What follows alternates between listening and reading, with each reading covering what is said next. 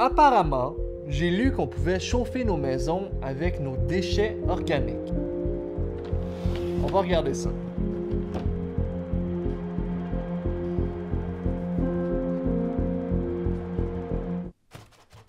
Wow! Quel sketch! En fait, on peut utiliser nos déchets organiques pour chauffer nos maisons avec un type d'énergie qu'on appelle le GNR, acronyme pour gaz naturel renouvelable.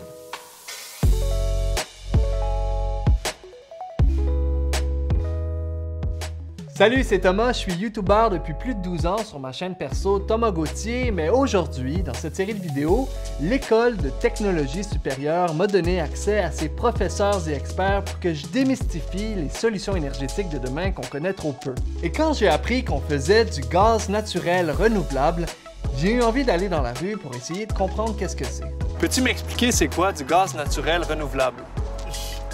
Non. Aucune idée. Le quoi? Pas trop. Gaz naturel renouvelable? Bon, ok, je suis plutôt allé à l'ETS rencontrer Annie Levasseur, professeure et experte en génie de l'environnement, pour qu'elle m'explique qu'est-ce que c'est le GNR. C'est du méthane, donc un gaz qui va être produit à partir de nos matières organiques résiduelles, comme par exemple la matière qu'on met dans le bac brun à la maison ou les différents résidus agricoles qu'on peut avoir. Qu'est-ce qu'on peut faire exactement avec ce gaz-là? On peut remplacer le gaz naturel traditionnel pour, par exemple, chauffer nos maisons, chauffer les commerces.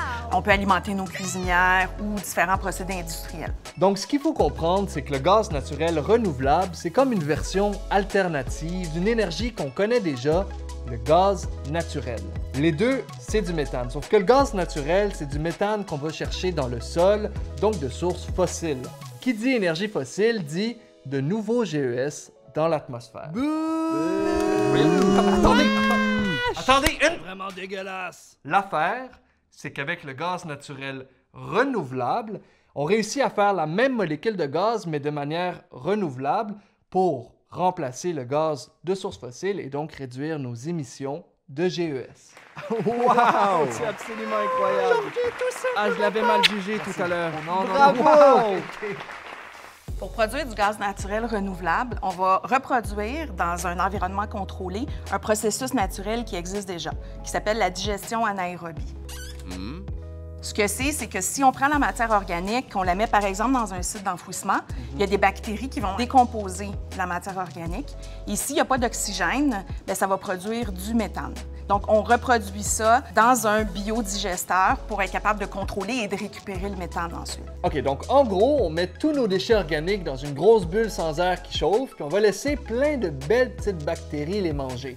Au fur et à mesure qu'ils les mangent, ces bactéries-là vont émettre plein de belles petites flatulences de gaz. Nous, on va garder ces flatulences à l'intérieur, puis prendre ce gaz-là, le purifier, le remettre dans le réseau gazier où il pourra être utilisé pour plein de belles choses, dont, entre autres, chauffer les bâtiments.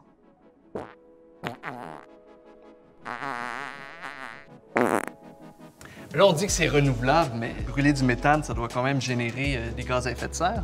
Oui, brûler le GNR va produire du CO2. Par contre, c'est un CO2 qui était dans l'atmosphère il n'y a pas si longtemps. J'explique. Une plante, quand elle va pousser, va prendre le CO2 qu'il y a dans l'atmosphère, va le transformer en biomasse. Et nous, quand on cultive cette biomasse-là, la partie qui est la matière résiduelle produit du méthane. Quand on brûle le méthane, ça produit le CO2 qui retourne à l'atmosphère. Donc, c'est un peu circulaire. Dans le fond, c'est comme si on laissait le cycle naturel du carbone aller. Le CO2 est absorbé par les plantes. Les plantes meurent, se décomposent et relâchent du méthane. Nous, à l'étape de la décomposition, on vient profiter de l'énergie qui est contenue dans le méthane. Et en utilisant le méthane, on vient rejeter du CO2 dans l'atmosphère qui sera réabsorbé par les plantes et ainsi de suite. À chaque fois qu'on fait ça, c'est de l'énergie fossile qu'on ne va pas chercher dans le sol et c'est des GES supplémentaires qu'on n'émet pas. C'est incroyable! Je pensais jamais dire ça, mais vive les... Mais il ne faut pas oublier que ce n'est pas une solution unique. Donc, même si c'est renouvelable, les quantités ne seront pas si importantes pour remplacer tout le gaz naturel fossile. Donc, c'est sûr qu'il faut d'abord prioriser notre réduction de consommation et ensuite faire cette substitution-là vers les énergies renouvelables. Et voilà, si vous voulez en apprendre plus sur les énergies de demain, vous pouvez aller voir mes autres capsules sur la chaîne YouTube d'Énergir. Si vous avez des questions ou des suggestions pour d'autres capsules, écrivez-moi en commentaire. À la prochaine!